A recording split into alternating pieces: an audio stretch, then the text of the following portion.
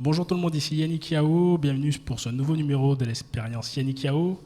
Aujourd'hui, je suis accompagné par un homme d'assurance. Il a des garanties. Je suis accompagné d'Herman Z. Herman, est-ce que tu peux te présenter en nous disant qui tu es et ce que tu fais et après on enchaînera par la suite. Bien sûr, merci Yannick pour l'invitation et pour l'opportunité que tu m'offres. Je suis Herman Izi, donc assureur de formation et j'exerce en tant qu'assureur depuis 12 ans bientôt. D'accord. Voilà, je me définis comme un passionné d'assurance. Je suis marié, ivoirien, natif de Daokro. Ok. T'es de quelle ethnie? Je suis Baloui. Baoulé, Oui. 100%. 100%. On est à 200% ici, parce que moi aussi c'était 100%. Donc c'est parfait, c'est parfait. Alors j'ai fondé Optimus en 2018, Yes. que je dirige en fait actuellement, donc depuis 2 ans avec une équipe de près de 10 personnes. Mm-hmm. Et Dieu merci, les choses avancent bien. Optimus est une société de conseil à la base et de cotage en assurance. Donc nous sommes agréés auprès de la direction du ministère de l'économie et des finances et nous adressons essentiellement les entrepreneurs, les professionnels, les particuliers avec des produits et des services destinés en fait à toutes ces personnes. Ok. La raison pour laquelle je voulais t'avoir dans l'expérience Yannick Yao, c'est parce que je pense que ton métier est soit très mal connu, ne fait pas rêver. Je dirais que c'est un peu comme la comptabilité. Les gens parlent d'assurance, mais ils ne savent pas réellement ce que l'on peut faire et tout. Et je t'avoue que même moi aussi, des fois, je suis là, ok, pourquoi je vais m'assurer?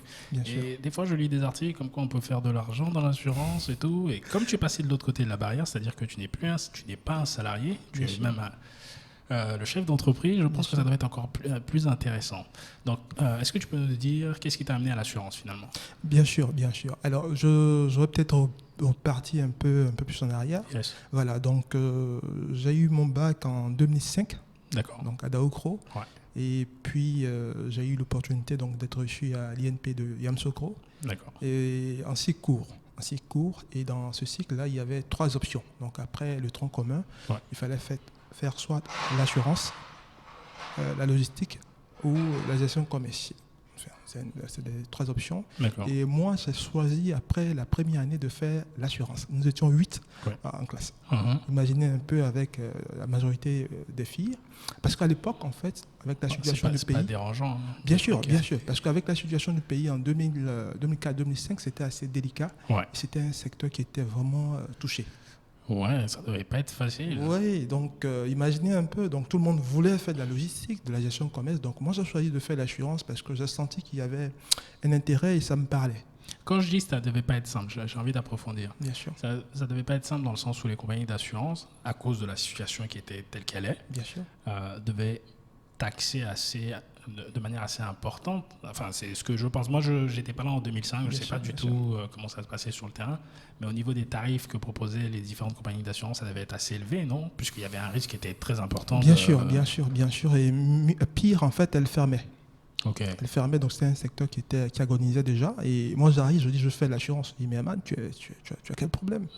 C'est le métier des voleurs, là. Tu veux... Oui, ils sont te cacher. Mais à l'époque, les proches ne me voulaient même pas que je parle de ça. Je dis, non, vous avez eu la possibilité de travailler dans le secteur de la fonction publique, de faire vos classes. Laissez-moi faire prendre ma voix.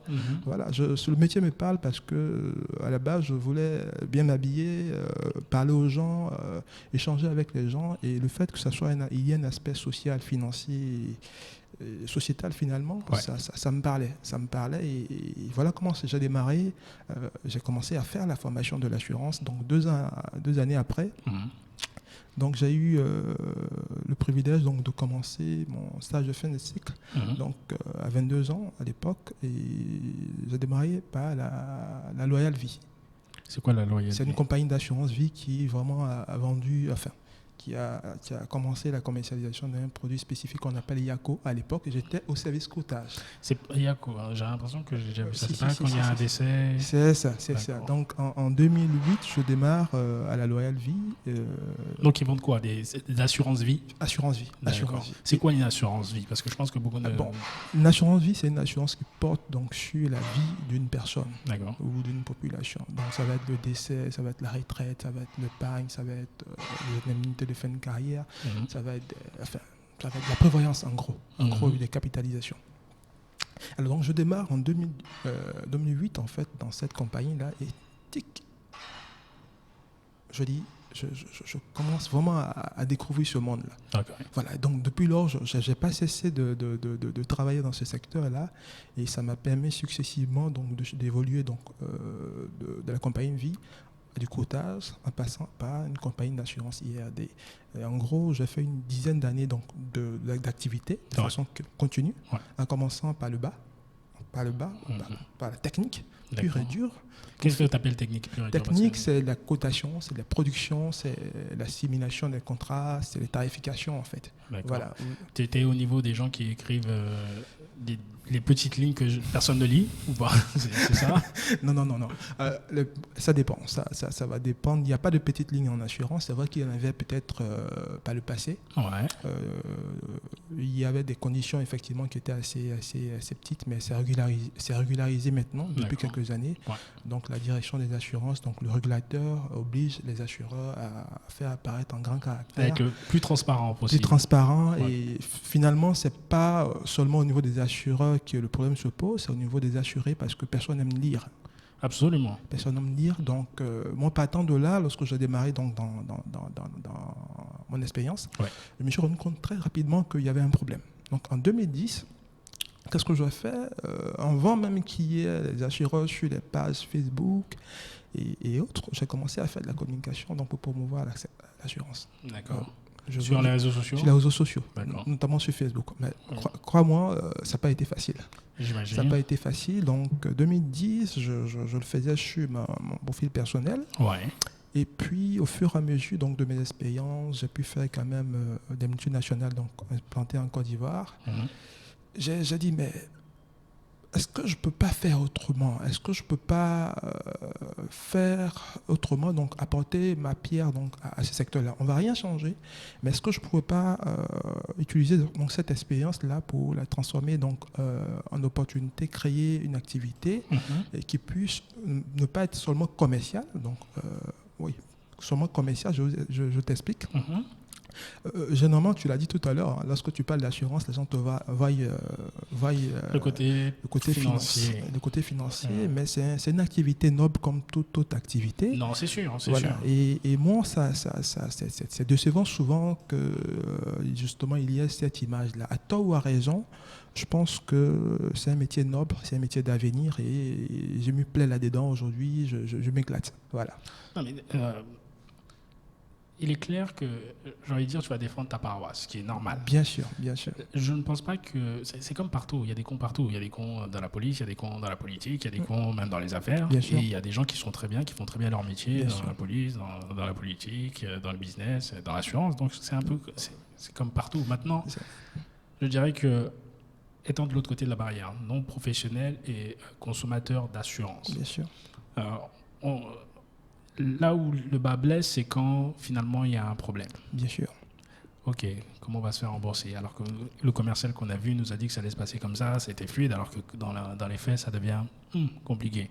C'est un peu ça l'image que l'on a. Je comprends tout à fait, comme je l'ai dit tout à l'heure. C'est pour ça que moi, j'ai en plus de l'activité donc, de carrière que j'avais, de métier que j'avais en tant que professionnel du secteur, je me suis dit qu'il fallait donner peut-être de l'information, conseiller les gens par rapport à ce qui se fait.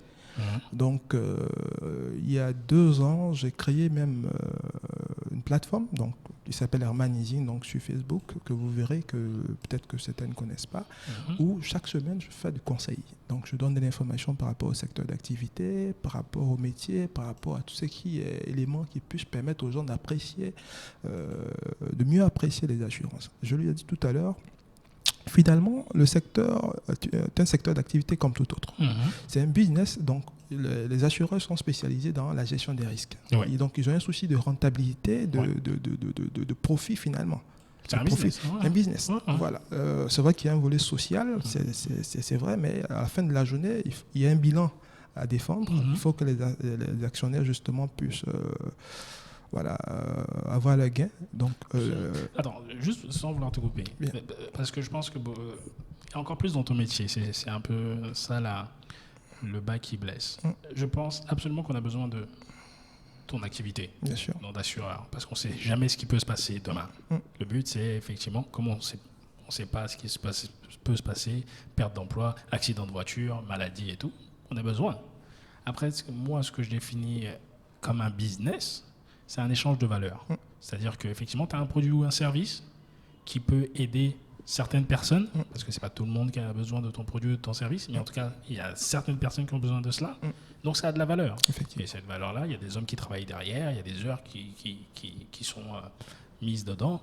Donc, il faut que ce soit rémunéré à sa juste valeur. Donc, après, c'est arbitraire, mais dans tous les cas, il n'y a pas de... Je ne vois pas le côté négatif de l'assurance. Comme je dis, c'est uniquement à chaque fois quand ça se passe mal. C'est ça. Effectivement, je rebondis là-dessus pour préciser peut-être 2 ou 3 choses.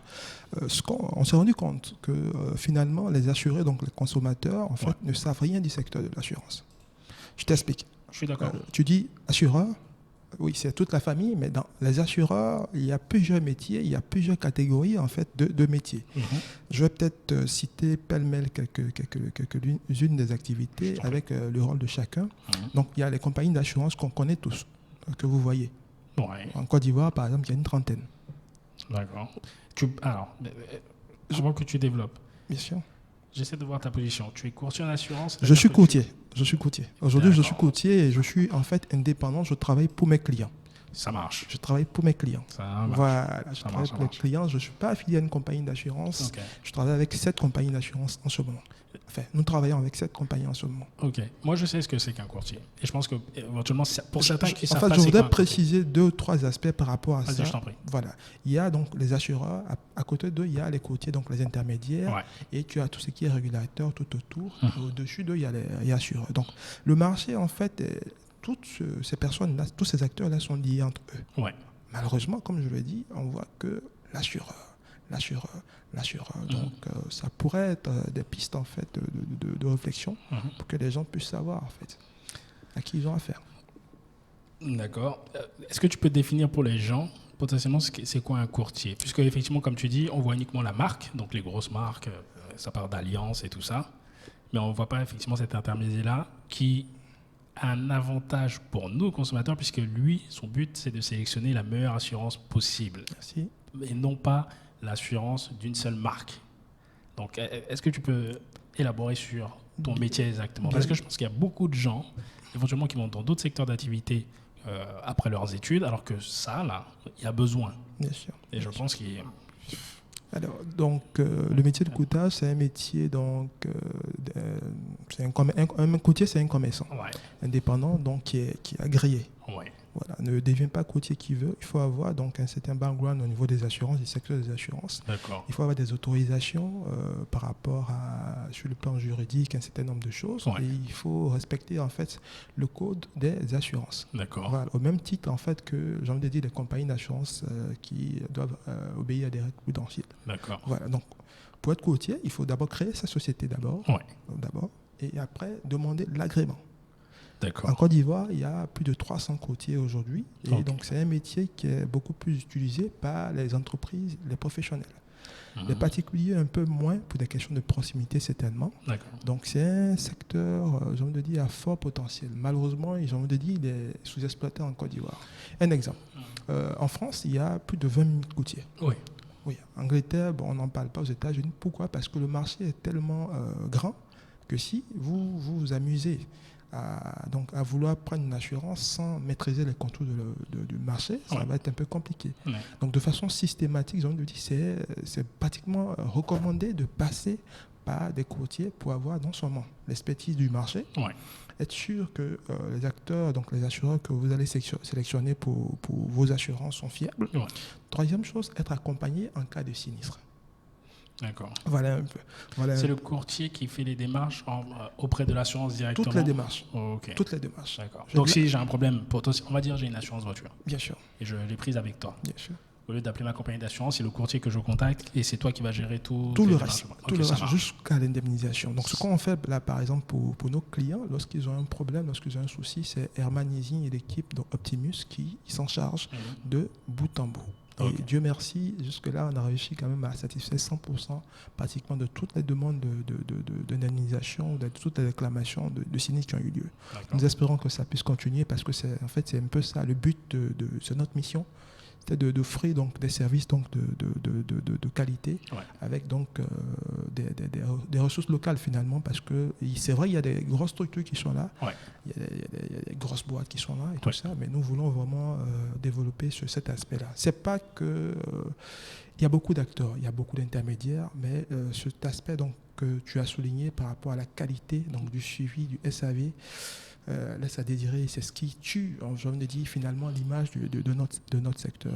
Voilà un peu ce que c'est clair. Quels sont les types d'assurances que vous proposez vous, chez Optimus? Chez Optimus, donc, nous proposons donc tout type d'assurance. Donc ça part de l'assurance santé, l'assurance auto, l'assurance des entreprises, l'assurance caution, TRC.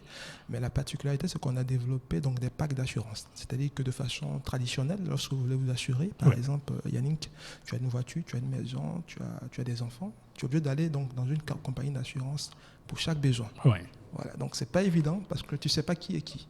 Donc qu'est-ce qu'on a fait nous? Donc depuis 2019, on a mis 3 packs, on a lancé 3 packs donc sur le marché, donc qui permet par exemple aux particuliers, aux professionnels d'avoir en une seule option plusieurs produits d'assurance qu'on lui propose en interne. D'accord. Voilà, donc depuis novembre dernier, toutes les personnes qui viennent vers nous, on leur propose systématiquement ces produits-là. Dieu merci, ce produit se comporte bien et ça répond à un besoin précis de savoir qu'on peut mutualiser, on peut mettre ensemble la gestion d'un contrat d'assurance vie, un contrat d'assurance auto, un contrat d'assurance mutualiste entreprise pour mutualiste professionnel, avec le service qui va avec l'équipe technique qu'on a, avec l'équipe commerciale qu'on a. Ok. Voilà. Vous êtes...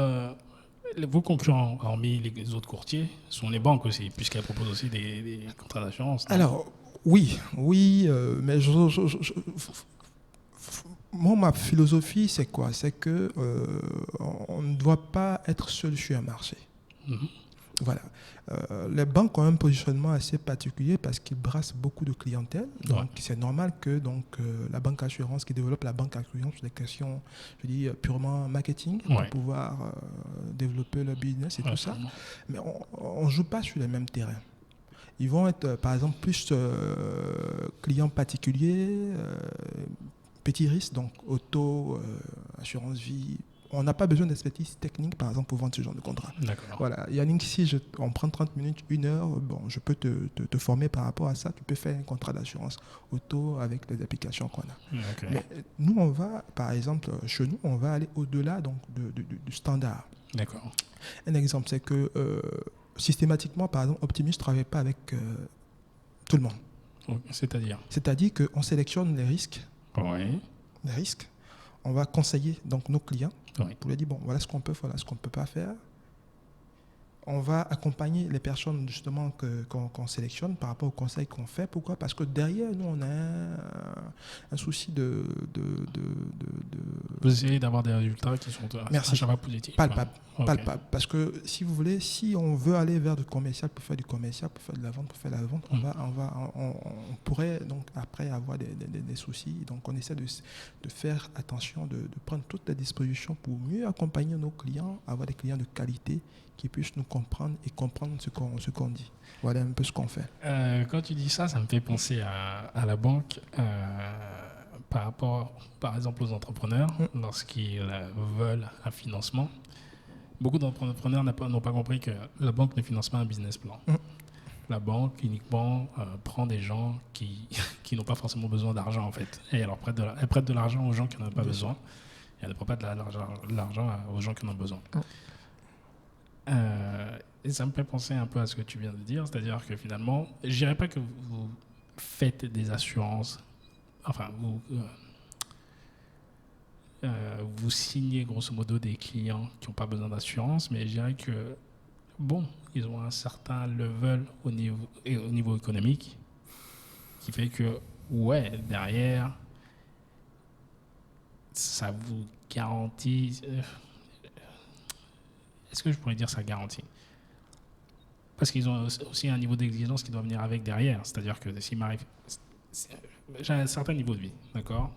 Et je gagne une certaine... On va dire que je gagne 1,5 million. Est-ce que c'est le type de client que vous avez ou c'est un peu moins? En fait, on a tout type de clients. Okay. Je m'explique, c'est qu'on a, comme je le dis, on a des particuliers, on a des entreprises, on a des professionnels. En termes de pourcentage, quel est le... Les entreprises font 80% de notre portefeuille. D'accord, ok. Voilà. Et je parlais de processus de sélection, donc collaboration. Ouais. Je n'ai pas dit qu'on ne travaille pas avec tout le monde. On travaille avec tout le monde, mais on a des exigences. Quels sont les critères pour Optimus? Par exemple, pour Optimus, donc, il faut pouvoir avoir, par exemple, donc, un bien assuré, donc, naturellement. Ça ne sera pas, par exemple, pour l'instant, la dame qui vend, par exemple, des beignets, bien qu'elle a besoin d'assurance, pour des questions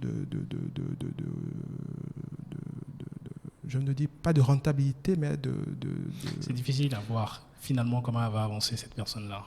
C'est une question de risque. Hein. Effectivement, mais je veux dire aujourd'hui, par exemple, on ne fait pas d'assurance à crédit.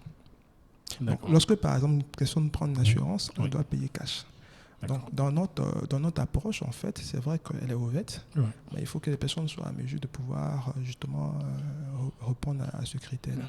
Donc, il y a un profil par rapport au profil donc, qui est sélectionné, la capacité de pouvoir quand même honorer ses primes, et pouvoir avoir une activité qui puisse suivre, parce que c'est bien ce que l'assurance, c'est vraiment du social, certes, mais il faut derrière pouvoir répondre. Ouais, c'est un jeu d'équilibre. Donc, effectivement, tu es obligé d'avoir certains paramètres pour ne pas être déséquilibrer finalement ces compagnies d'assurance. Et je pense qu'éventuellement, beaucoup de compagnies d'assurance ne font pas forcément ce que vous, courtier, faites, dans le sens où c'est ce qui les met en danger. Ils prennent du volume, mais dans ce volume-là, potentiellement, il y a des gens qui ne doivent pas rentrer dedans parce que c'est juste économique. Et quand il leur arrive des choses, ça devient compliqué derrière avec la balance. Effectivement. Et c'est ce qui, malheureusement, conduit certaines compagnies à la fermeture. Oui, c'est pas seulement en Côte d'Ivoire. Hein. Même en France, aux États-Unis, il y a des fermetures parce qu'après, il faut pouvoir apprécier les choses. Donc, nous, on intègre ces aspects là-dedans à la base, dans la prospection et tout ça, pour pouvoir vraiment accompagner des gens qui peuvent donc grandir, peut-être être pérenne après avec nous et tout ça. Donc, mais on est ouvert, mais vraiment on fait du conseil et je tiens à insister là-dessus parce que on a même par exemple aujourd'hui lancé des choses, notamment une newsletter donc depuis avril 2018, donc qui chaque semaine est diffusée à l'endroit de nos clients. Donc on ne fait pas que les assurer, donc on les conseille, on les oriente, on les informe. Deuxième chose qu'on a eu à faire donc, pour se distinguer par rapport au marché, c'est qu'on a mis en place donc, des ateliers, des workshops, des after-work.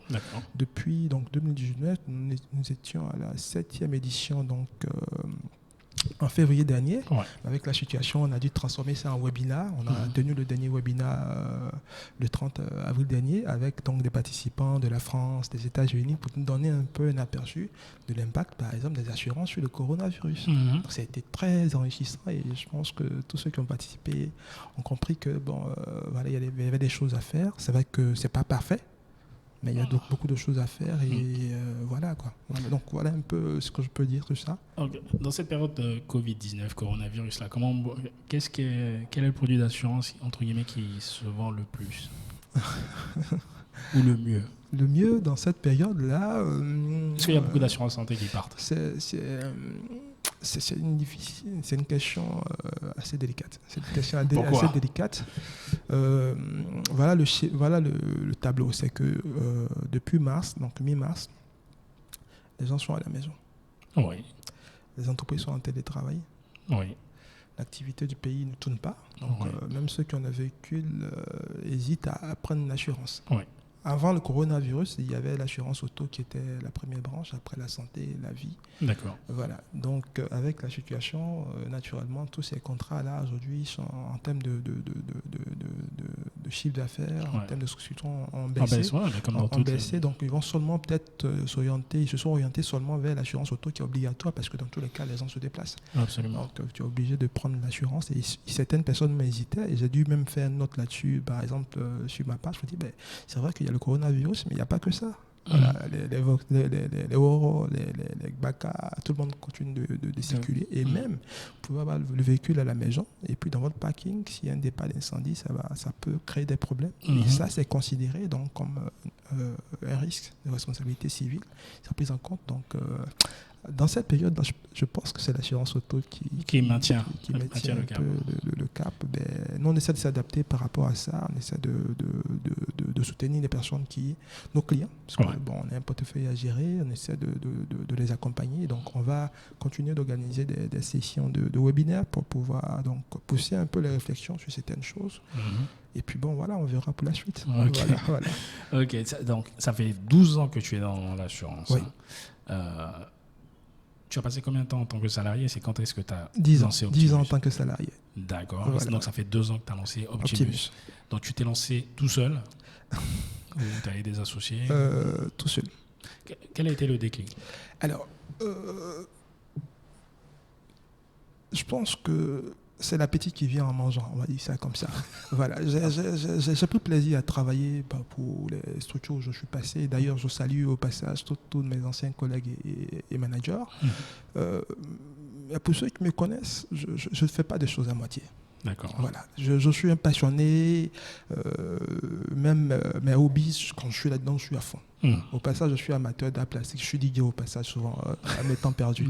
Enfin, juste pour dire que je vis en fait ma vie de façon positive, de façon optimiste, malgré tout ce qu'on peut avoir comme épreuve, comme obstacle. Tout n'a pas été rose, tout n'a pas été rose. On a galéré dans les débuts pour pouvoir avoir les premiers contrats, mais ça a vraiment été enrichissant. Mais c'était quoi le déclic? Tu t'es dit, ok. Bon, j'ai envie de dire, il y a eu plusieurs événements. Le premier événement, c'était en 2016-2017. D'accord. J'étais encore, je suis grâce à voir. Et j'avais la chance de bouger beaucoup. D'accord. De bouger beaucoup et de participer à pas mal d'événements. Et puis, j'ai été à un événement où j'ai écouté M. Diago, Jean-Kakou Diago, le PDG de NCA. D'accord. Où il expliquait un peu son parcours et tout ça. Il a commencé au passage à lancer NCA à 50 ans. Et puis il a dit s'il pouvait, il allait commencer un peu plus tôt. Au départ, j'ai entendu, mais je n'ai pas compris. Quelque temps après, j'ai participé à des événements également. Et puis des gens racontaient l'histoire. Je dis, mais finalement, pourquoi ne pas prendre ce risque-là? Pourquoi ne pas... maintenant, prendre ce risque-là. Donc, j'ai commencé à réfléchir à ça en 2017. Et puis, j'ai hésité parce que je me disais, je ne suis pas prêt et tout ça, patati patata. T'avais peur? J'avais peur de me lancer. Non, ce n'est pas évident parce qu'avec le confort de salaire, les véhicules de fonction. C'est clair. Et puis, fin 2017, c'est revenu encore. Bon, je vois mon épouse, je dis, bébé, tu sais, je réfléchis. En tout cas, dit, mais vraiment, si tu penses que c'est le moment, je te soutiens à 100%. Et puis, on y va, quoi. On y va. Je dis, bon, donc, je vais me préparer. Donc, ça a été donc 2017, essentiellement. 2017. Après, donc, l'interview de M. Diago, c'est là que j'ai commencé à vraiment j'ai passé l'idée de projet. J'ai commencé à concrétiser l'idée au départ. Voilà, et depuis 2018, je dis bon, c'est parti. Voilà, j'ai rendu ma démission, j'étais encore employé, j'ai rendu ma démission, je me suis préparé, je suis parti. Et puis bon voilà, Dieu merci, tout se passe bien. Quoique, il y a eu, comme je l'ai dit, des obstacles. C'était quoi les 3 plus gros obstacles Alors, contrairement à ce que les gens pensent, ce n'est pas le volet financier.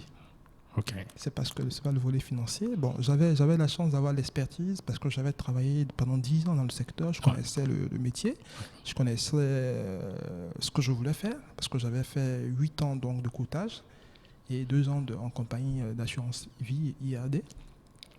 Mais ça a été les hommes. C'est-à-dire que vous avez l'idée.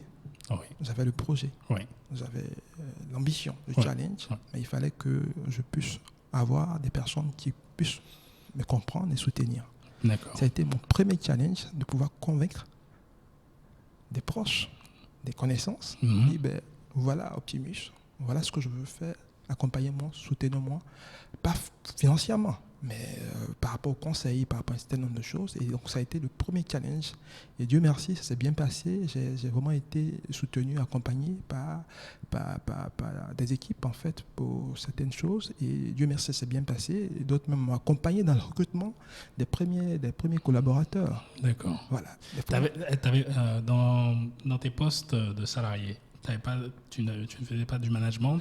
Non, pas du tout. D'accord, donc c'était ta première expérience. C'était ma première expérience, okay. Donc c'était un gros challenge. Tu t'es retrouvé de l'autre côté de la barrière. C'était un gros challenge et il fallait pouvoir faire cette transition-là tout en restant en mode start-up. Et ça a été vraiment une expérience finalement enrichissante, très enrichissante. Les premiers entretiens j'ai fait dans des locaux d'une société de recrutement et le début, ça n'a pas été facile. C'était quoi qui était... Raconte-nous quelques anecdotes là.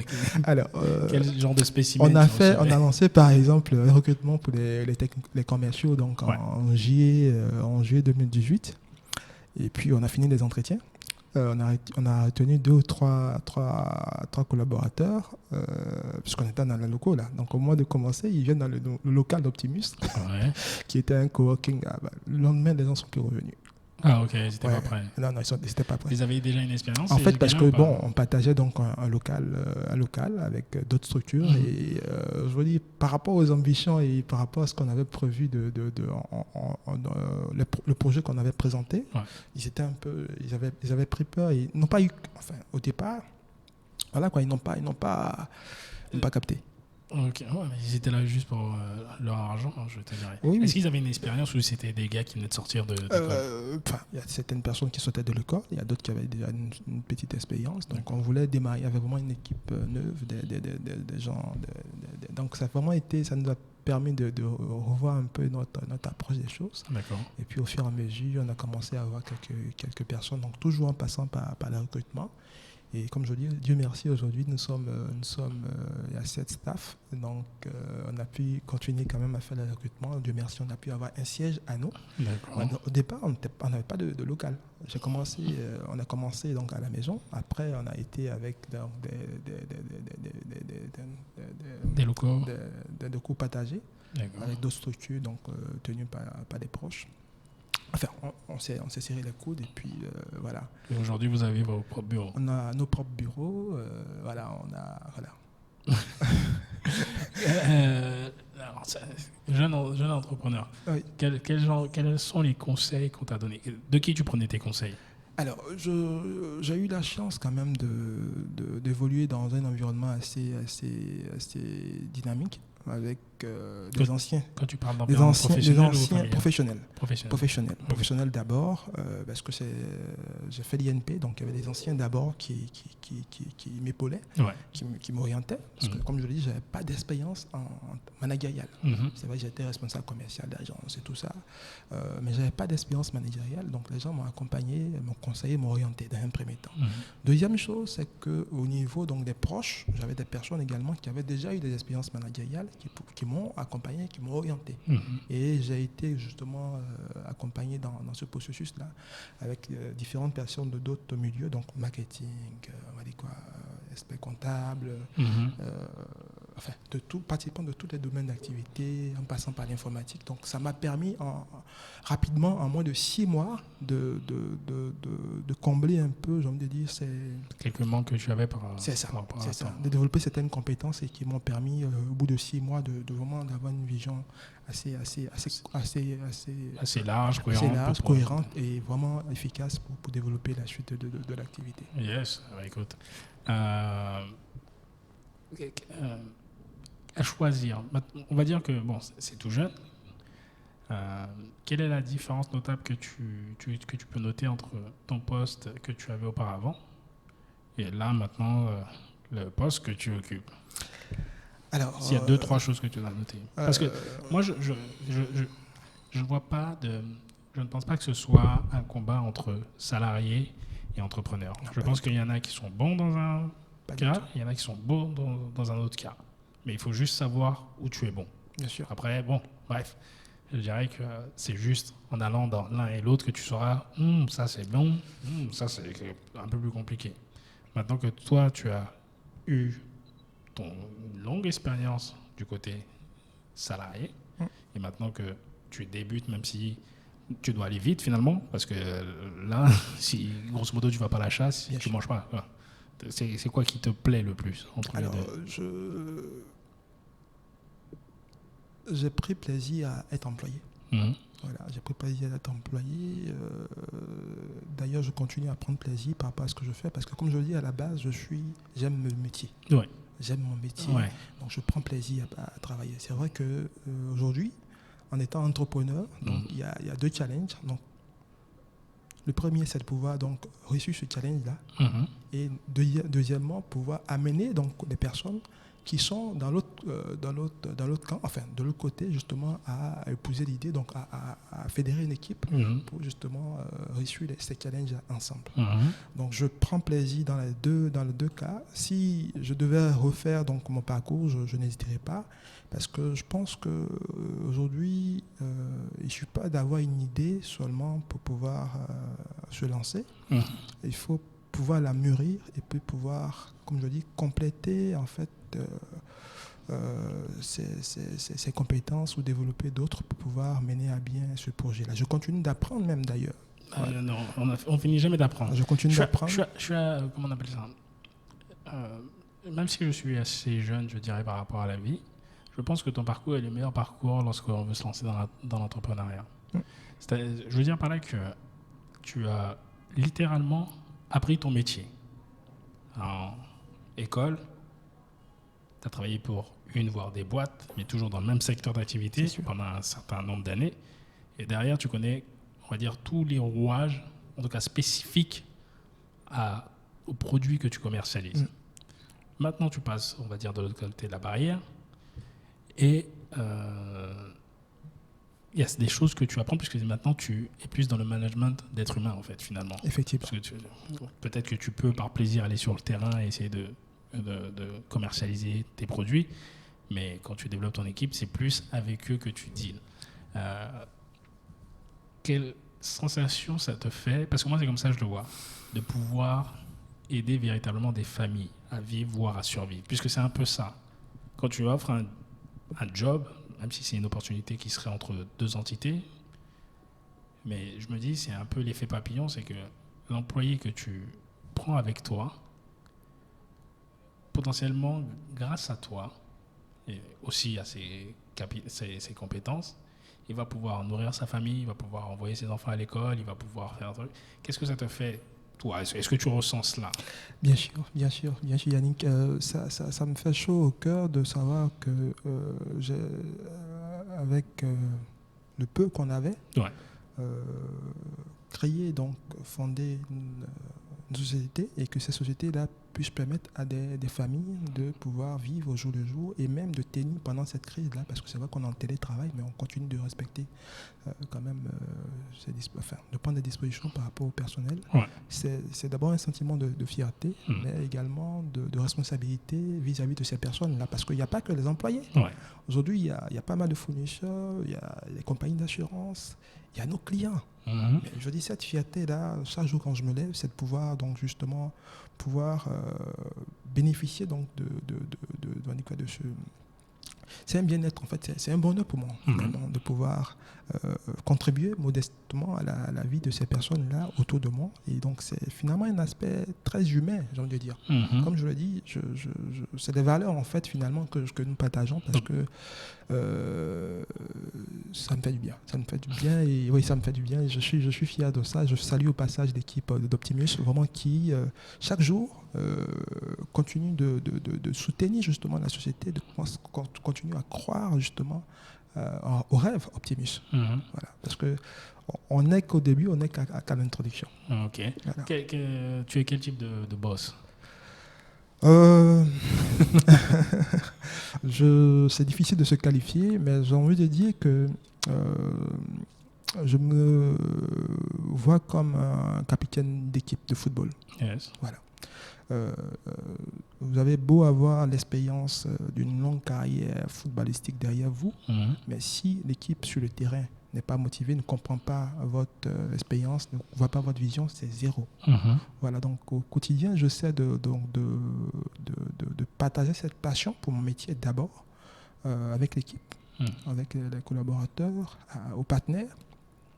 Donc, je dirais, je me vois comme un boss qui est disponible, qui est ouvert et qui pense groupe. Et voilà.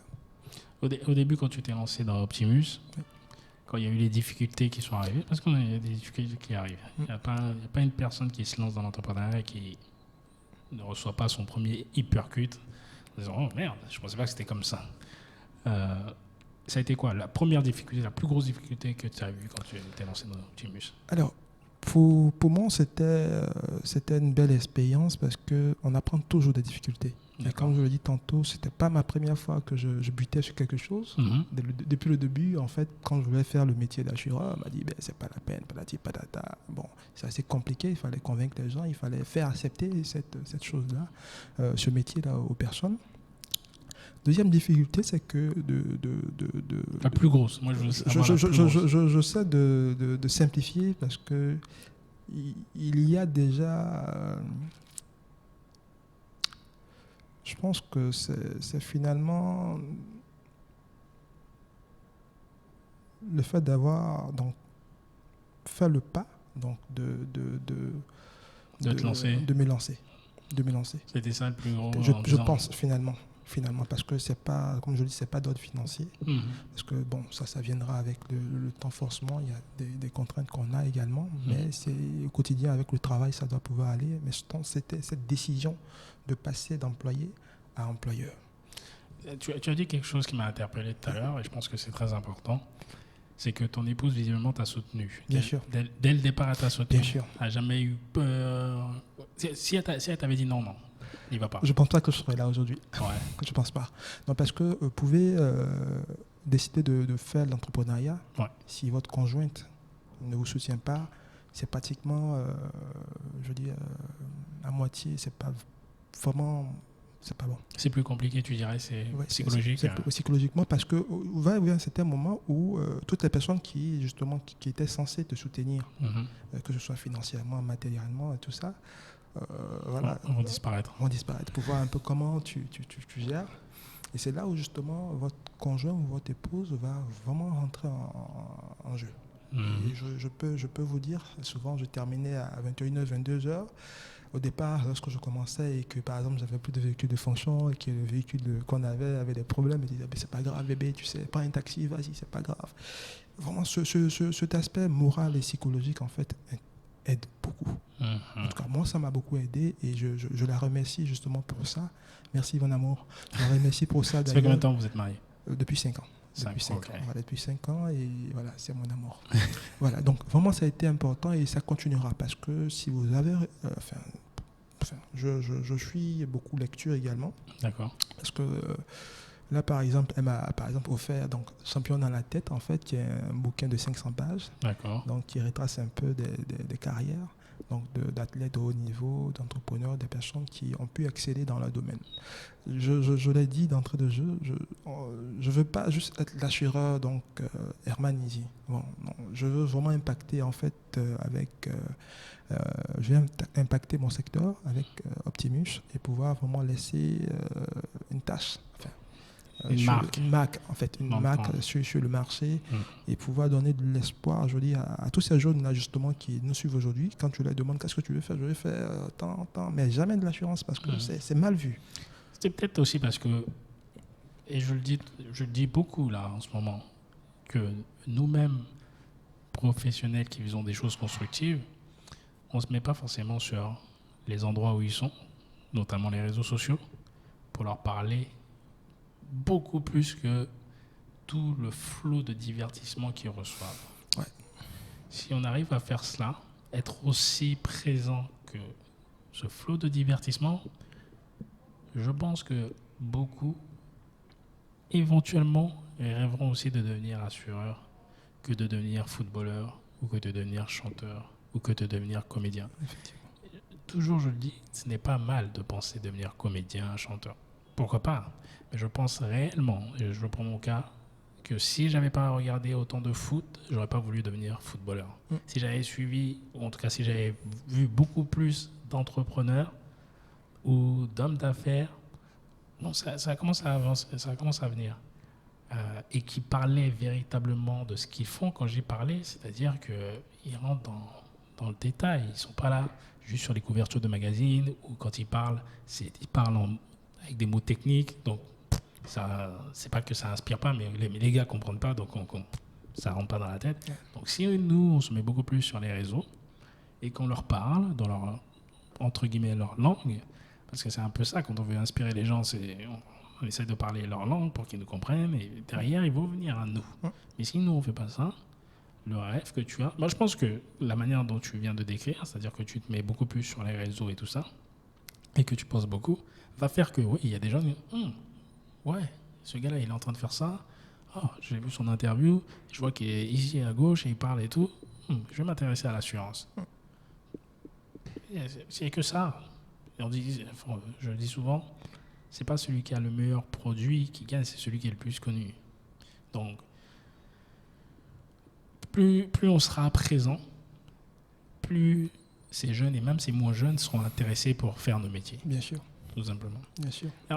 Herman Z, il était quel genre d'enfant quand il était plus jeune? Alors, j'étais un enfant sage. C'est un enfant sage, oui, un enfant sage. Je le dis, mes proches pourront témoigner, j'étais un enfant sage. Je pense que T'as grandi à Daoukro? À Daoukro, entouré de mes grands-parents et ma maman. Pas de frères et sœurs? Des sœurs, des petites sœurs. T'es plus grand? Oui, je suis l'aîné, côté maman. Okay. Plus grand et j'avais donc l'obligation d'être le grand frère modèle et tout ça, donc j'étais un enfant correct. D'accord. Il y a la chicote, hein? Donc ça aide, non? Dans mon éducation, ça n'a pas été utile, comme je dis, parce que j'étais assez sage. J'ai commencé à être un peu chaud dans mes années étudiantes. C'est normal. Voilà. Et c'était l'école maison, kaki dressé, enfin correct quoi. Voilà, correct. Et puis voilà, mais bon, c'est tout ça aussi. Dans ton cercle familial, oui, ou même dans ton cercle d'amis, quelles sont les personnes qui ont eu un impact sur toi?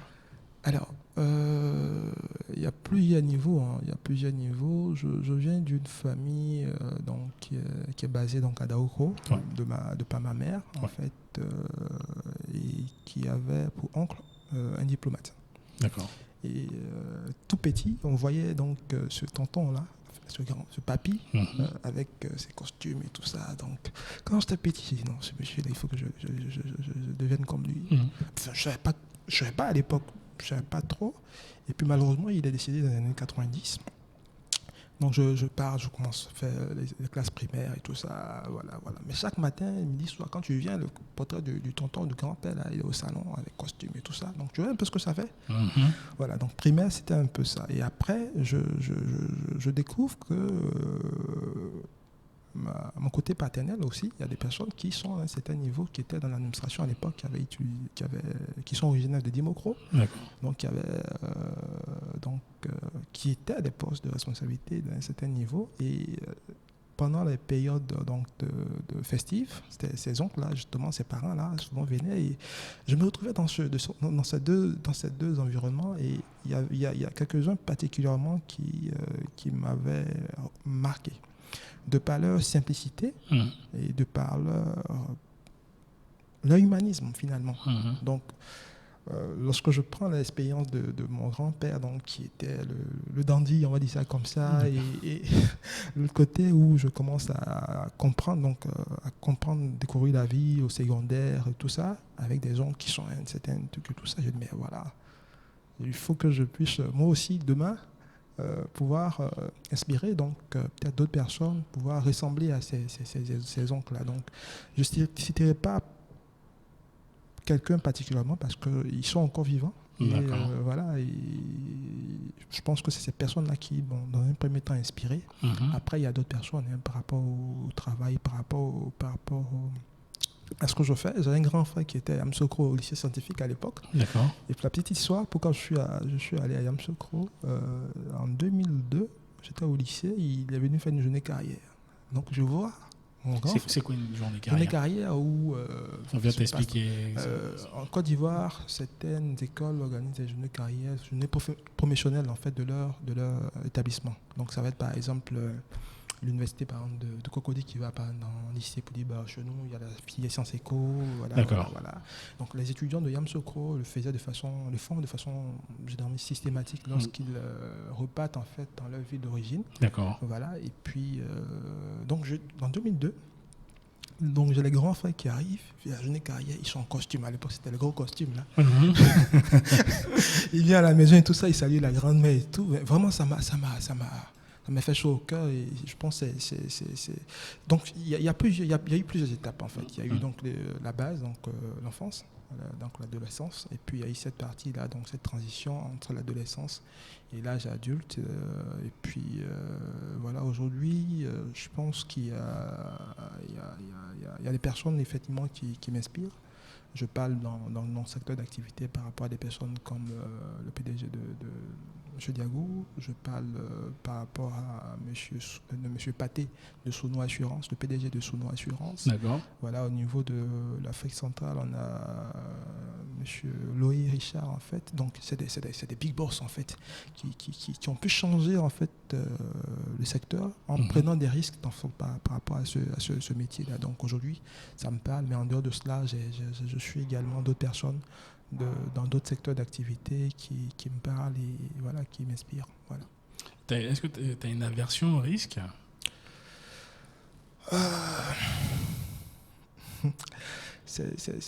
Maintenant que tu t'es lancé dans l'entrepreneuriat, c'est compliqué. Hein, tu es obligé de prendre tous les jours, c'est des risques que tu prends. Donc, bien sûr, mais mesurer. Mais tu bosses dans l'assurance en plus. mesurer quand même, je veux dire, oui. Oui, parce que... C'est quoi qui te fait le plus peur? Ce qui me fait le plus peur, c'est...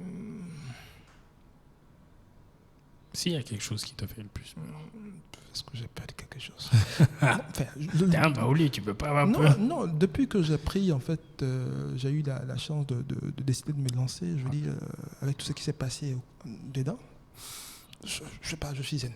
Même cette situation, cette crise, en fait, c'est vrai qu'elle nous impacte, mais je suis zen et Dieu merci, voilà, j'ai la foi dans ce qu'on fait et j'ai la foi en Optimus. Voilà, on pense même à l'après-crise en ce moment, on entend voilà, réfléchir à après, parce que finalement, il faut qu'on tire les conséquences, enfin, les expériences, en fait, les leçons de ce moment. Et puis, voilà. Bon, j'ai peur de Dieu. Meilleure réponse. Voilà, j'ai peur de Dieu, c'est tout. Voilà. En 2010, quel est le meilleur conseil que tu as reçu, peu importe d'où ça vient, que ce soit dans la finance, que ce soit au niveau personnel, sur les réseaux sociaux, au niveau de l'entrepreneuriat, en 2019 2019.